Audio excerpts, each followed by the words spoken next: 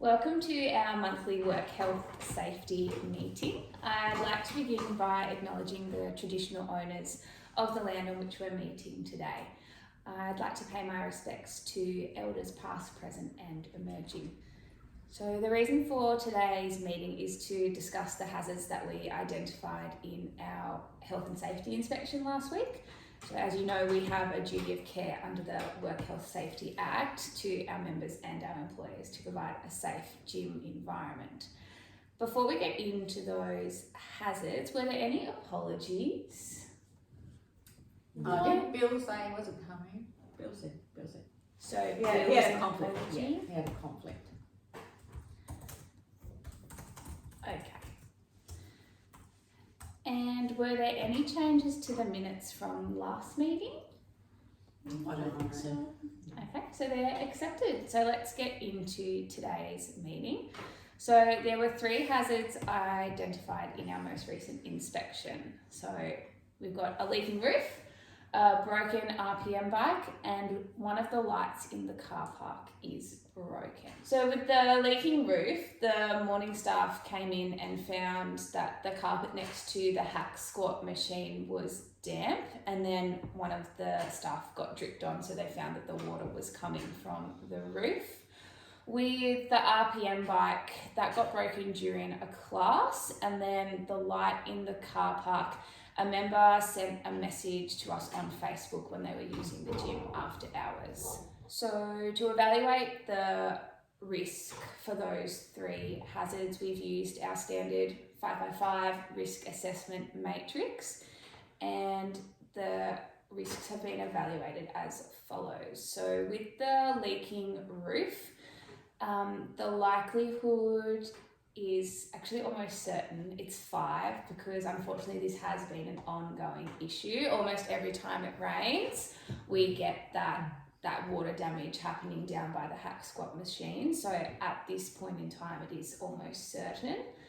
And given all the electrical equipment that we have in the gym, the potential consequences are currently also rated as a 5, so catastrophic. Because if you think about the water causing electrical damage and then the possibility for fire after that, and especially if there were members in the gym at the time. What are we going to do? So I think given that we're leasing this building, the first thing we need to do is contact the landlord. And definitely. But from a member point of view, I don't want to be electrocuted when I'm using the equipment, but also because it happens so often, the carpet's getting quite smelly as well. It's like there's a damp smell in there. It doesn't feel healthy to me. I agree that this is the landlord's responsibility, but I don't think that's the first thing we need to do. Given the potential consequences, I think the first thing we need to do is get an emergency electrician in and get him to check or her to check what's going on and what we need to do to make it safe. And probably until that electrician can come, we should have the area blocked off. I can do it. Yes. Very good. I've got all the keys. Great.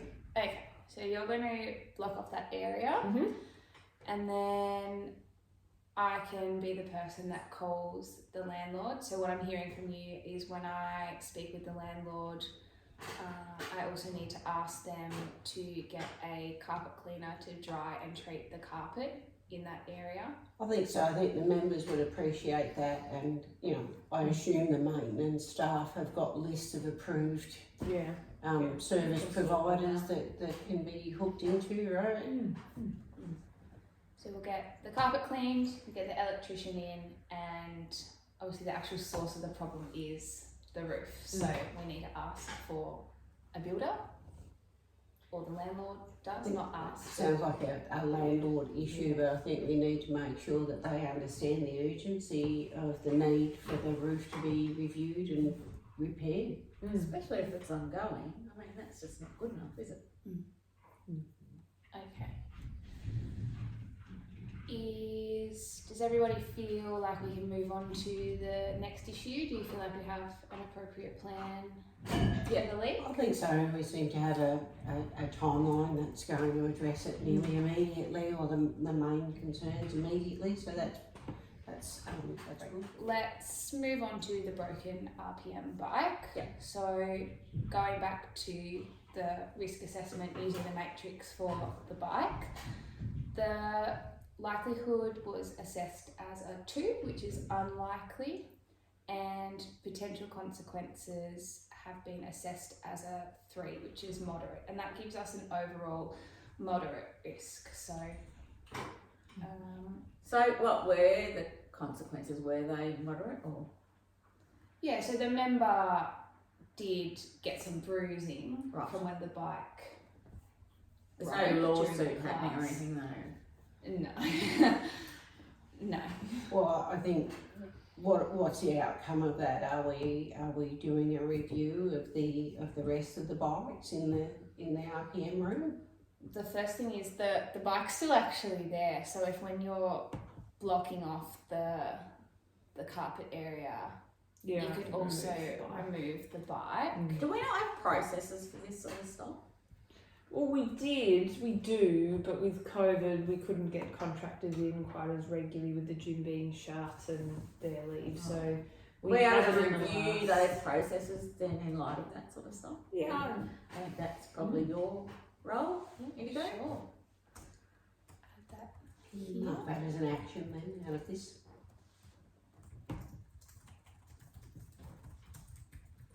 Okay. Great.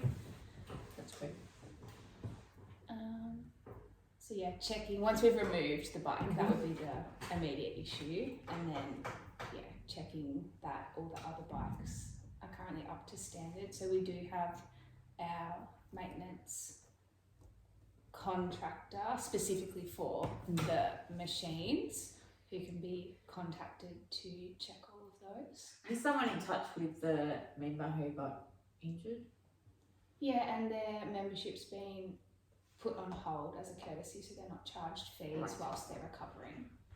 And Does that sound alright from your perspective? oh well, I'd like to know that the supplier is it's all very well having a maintenance person, but the supplier knows the equipment better than anybody. Is that, I would assume there's some sort of a maintenance or warranty in regards to the equipment, so that we can ensure that people who know the equipment are looking after it.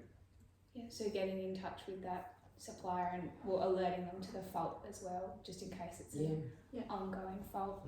Great. That's good. I feel like that's a good way forward for the members. Would anyone like to say anything else on the RPM bike, or are you happy to move on to the final issue? Is that going to affect the class numbers then? By Or- one, By yeah. one, right, you don't have a spare bike or anything. Not an RPM style bike. Fair enough. And is this an isolated incident? Specifically the issue with the handlebars, yes. But there have been other issues with the bikes? Yeah, there have been 2 in the recent-ish history. So maybe we need to review that unlikely assessment and move that up, because if 2 others have broken, then it's looking more like a moderate risk, isn't it? So if we are adjusting the likelihood to moderate, Yeah. then it becomes a significant risk, because it Well, I becomes a 3x3. I don't think we have any choice, given that this is the 3rd bike. Yeah, no, I'm just saying for the record Right. that will mean it's Right. an increase in the risk I level. would agree with that, and if everyone's happy to do that. Moving on to the final one. Yeah, sure. So the final one is the light in the car park. So the likelihood currently has been assessed as a 2, which is unlikely, and potential consequences are currently assessed as a 3, which is moderate, giving us an overall risk of moderate. So what are the risks that you're talking about with this? So we've got to think about the fact that we're a 24-hour gym, which means that members are accessing our facilities after hours. So they need to be safe to get from their car into the gym. So the potential to trip on things if they can't see well, and also just feeling comfortable Definitely. Yeah. walking from the car into the gym. Yeah. And also for the purposes of our CCTV. Even if it's a light globe or something, how is that unlikely then? As in, why is it unlikely Yeah. to occur? Yeah. Because Anna here, as part of her regular maintenance, Oh, okay. can check and swap out the globes. So So why didn't that happen? Well, we have been conducting the checks. Maybe this one is blue. Right. And so how do you rectify that? I replace the globe.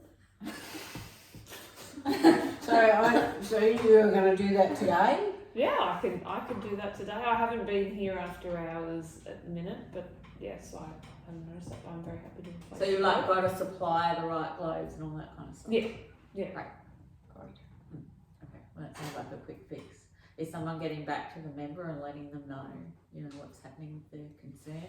well, with the because Facebook thing? yeah, because they messaged us on Facebook, I can ask Isabel, who does our communications with clients, to let them know. The client clearly felt comfortable talking to us via Facebook, so I think if we respond to them in the same way, unless we see them in club during hours, but as they're an after hours user. So does anyone else have anything further to say on the light in the car park issue?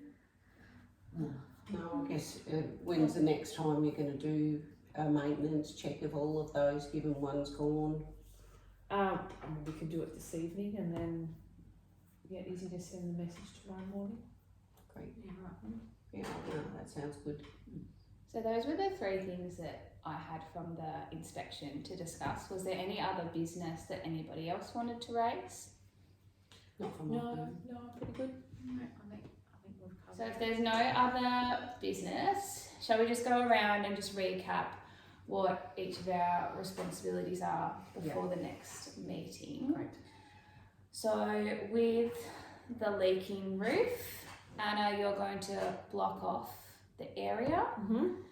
And then I'm going to get in touch with the landlord, and the three things that the landlord needs to organise is an emergency electrician, first of all, a carpet cleaner to dry and treat the carpet, and also a builder or similar to actually fix the source of the issue, which is the roof.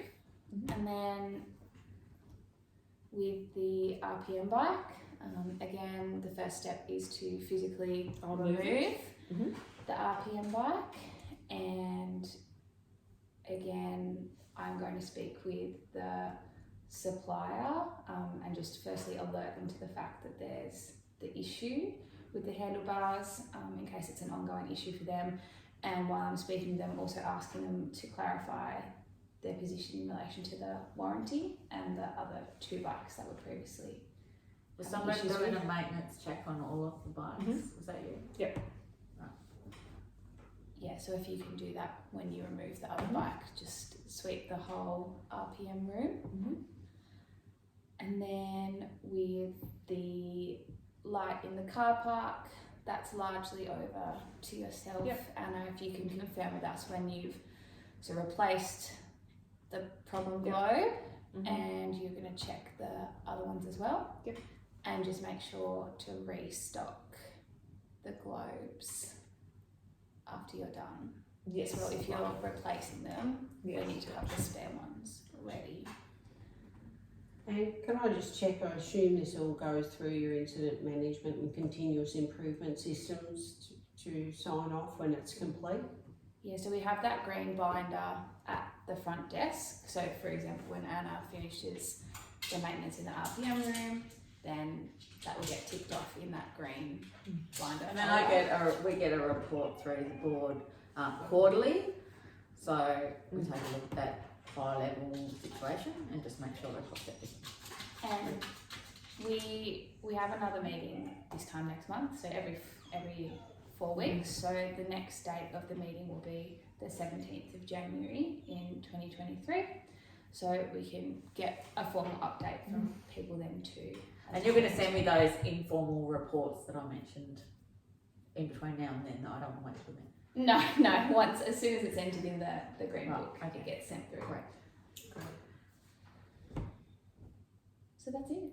That's the end of our meeting for today. So Thank you. I've got the minutes here, which will get sent through as well. So if you can have a look over those before the next meeting, so that as always we can just confirm that those are agreed. Great. Yep. Okay. Sounds good. Perfect. Thanks, Thank everyone. you. Thank you. Thanks.